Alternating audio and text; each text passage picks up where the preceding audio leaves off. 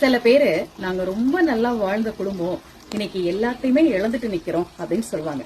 நாம இழந்த செல்வம், மரியாதை இது எல்லாத்தையும் திரும்ப பெறுவதற்கு நாம் சென்று வழிபாடு செய்ய வேண்டிய கோவில் தூத்துக்குடி பக்கத்துல இருக்கக்கூடிய திருக்கோளூர் வைத்தமாநிதி பெருமாள் கோவில். குபேரன் தான் இழந்த செல்வங்கள் அனைத்தையும் இங்கே வந்து வழிபாடு செய்து வைத்தமாநிதி பெருமாளின் அருளால் திரும்ப பெற்றான் என்கிறது தலபுராணம். இங்கே இருக்கக்கூடிய தாயாருக்கு குமுதவல்லி என்பது திருநாமம். ரொம்ப அழகா ஆழ்வார் பாடுறார்.